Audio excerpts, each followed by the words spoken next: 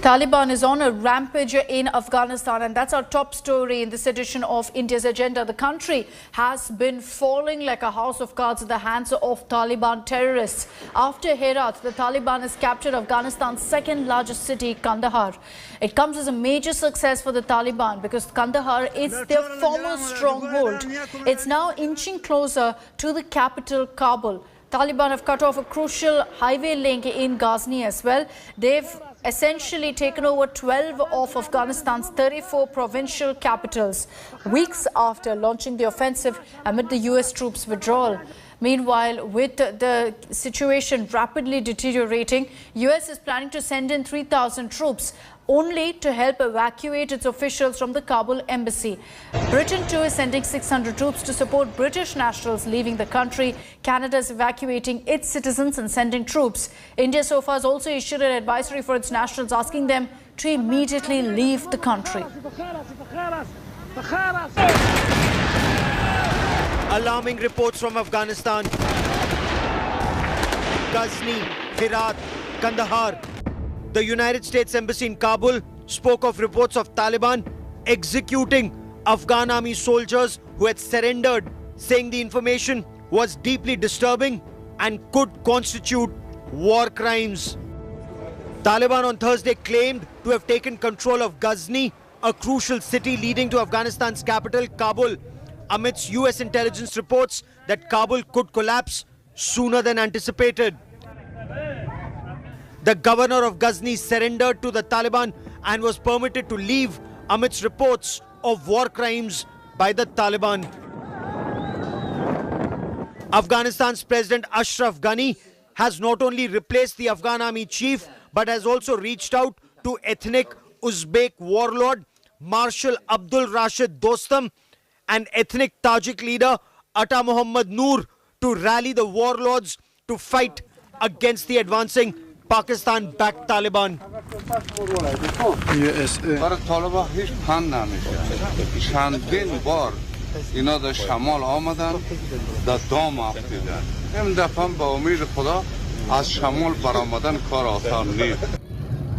Afghanistan has accused the Taliban of brutal atrocities and war crimes. Dr. Abdullah, head of the Afghan negotiations team after the Doha meeting, hit out at the Taliban, accusing them of human rights violations resulting in a humanitarian catastrophe in Afghanistan. He urged the world to prevail upon Taliban to stop the war crimes. Pakistan's Prime Minister Imran Khan deflected criticism of training, arming, funding and launching the Taliban. The Taliban are refusing, and we tried. I tried to persuade the Taliban. This is months back, 3 or 4 months back. The Taliban senior leadership came here and we tried to persuade them to come to some sort of a political settlement. The only thing that would stop Afghanistan from descending into anarchy is a political settlement. But unfortunately, the Taliban, when they were here, they felt that they refused to talk to Ashraf Ghani. The situation in several provinces remains extremely tense. Hundreds of Afghan soldiers have surrendered to the Taliban in Kunduz after holding on to the airport, which is now under the control of the Taliban. Pitched battles continue in Kandahar amidst reports that the Taliban have freed several prisoners and fighters from the Kandahar prison. Afghanistan is now seeking an immediate ceasefire as the Taliban seems to be pushing towards capital Kabul. Bureau Report, India Today. I'm taking this across now to our Foreign Affairs editor Geeta Mohan for all the latest updates. Geeta, just take us through the current situation in Afghanistan. Very worrying the way Taliban seems to be gaining more and more control now. Well, the situation certainly is dire, like you said, in Afghanistan, with the Taliban now forging ahead. US intel reports say that in 90 days, the Taliban would be in Kabul. This even as there are reports of an offer of a power-sharing agreement between the Taliban and the Afghan government. But we are told that this is not a new offer, although the two meetings that are taking place in Doha must have had conversations regarding power sharing. But this is something that is an ongoing offer. It has been in conversation ever since the Afghan administration started speaking with the Taliban. So not a new offer, but one that has been on the table for a very long time. There are two important meetings that took place in Doha. One is the extended Troika, and the other where India also participated, and other stakeholders in the region were a part of that important meeting in Doha. Outcome of the meetings are yet to be known, but the fact is that the world and international community right now quite concerned about what is happening on the ground, and even as the US has said that its policy of withdrawing from America remains unchanged, which is President Biden's statement.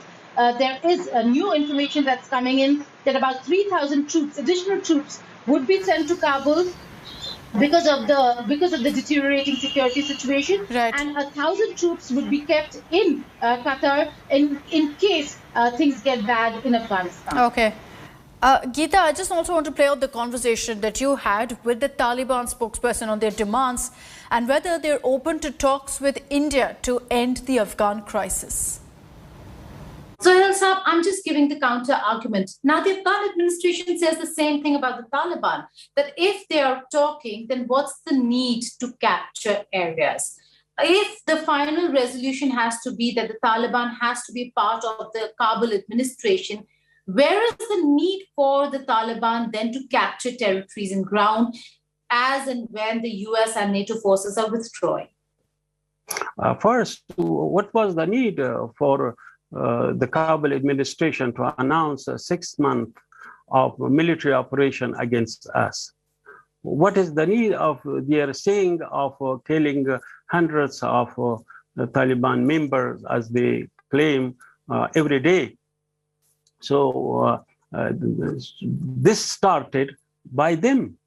They initiated the offensive, not we. We reacted. And secondly, we are not negotiation to be part of the Kabul administration. The negotiation is to agree on a new government, on a new political roadmap to replace this administration, a government which will be acceptable to all Afghans. That is the solution. It is not about surrendering to a government. It is about reconciliation. Reconciliation means that we will have a new government which everyone agrees on and everyone has participation in that. And the Pentagon Press Secretary John F. Kirby talks about the American response to the Taliban quickly advancing in Afghanistan. State Department has said they're going to try to complete this reduction of their personnel by the end of this month. And these troops are being ordered in to help facilitate that purpose, that mission along that timeline. I won't speculate beyond August 31st as to what the footprint's going to look like. Was there a specific event which triggered this decision? It would be wrong to conclude that there was one specific event that led to this decision. That we believe this is the prudent thing to do given the rapidly deteriorating security situation in and around Kabul. So I think there's a confluence of things you guys have all been reporting over the last 24 to 36 hours, the Taliban's advances and where they are. And I think, again, cognizant of that security situation, this administration believed that this was a prudent action to take.